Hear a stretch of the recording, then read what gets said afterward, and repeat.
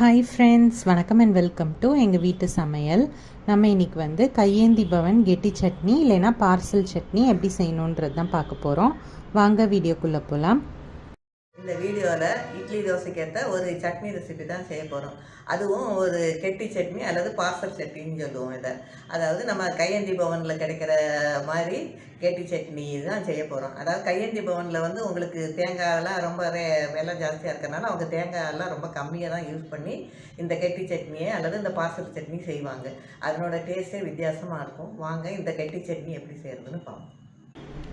இதுக்கு வந்து 1/4 கப் போல் துருவின தேங்காய், 1/4 கப் போல் பொட்டுக்கடலை, 2 மீடியம் சைஸ் வெங்காயம், கொஞ்சோண்டு இஞ்சி, ஒரு 6 பச்சை மிளகா, தேவையான அளவு உப்பு இதெல்லாம் எடுத்துக்கணும். ஒரு கடாயில் கொஞ்சமாக எண்ணெய் விட்டுட்டு நம்ம வச்சுருக்க இஞ்சியையும் பச்சை மிளகாயையும் ஃபஸ்ட்டு வதக்கிக்கணும். அதுக்கப்புறமா நம்ம வச்சுருக்க வெங்காயத்தையும் சேர்த்து வதக்கிக்கலாம். இது வந்து ரொம்ப வதங்கணும்னு அவசியம் இல்லை, ஓரளவுக்கு வதங்கினாலே போதும்.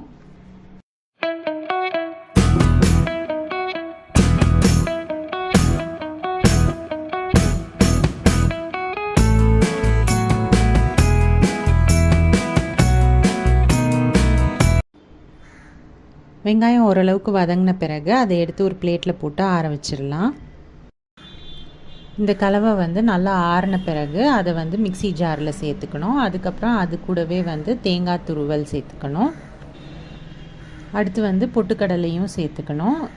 தேவையான அளவு உப்பும் சேர்த்துக்கணும். கொஞ்சமாக தண்ணி விட்டுட்டு இதை வந்து குறப்பாக நம்ம அரைச்சி எடுக்கணும்.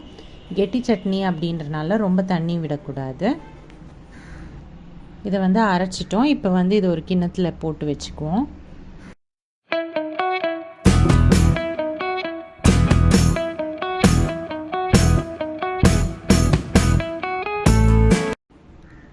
இப்போது இதுக்கு வந்து ஒரு தாளிப்பு செய்ய போகிறோம். இதுக்கு வந்து கடுகு, உளுத்தம்பருப்பு, கருவேப்பிலை போட்டு தாளித்து இந்த சட்னியில் ஊற்றிட வேண்டியது தான்.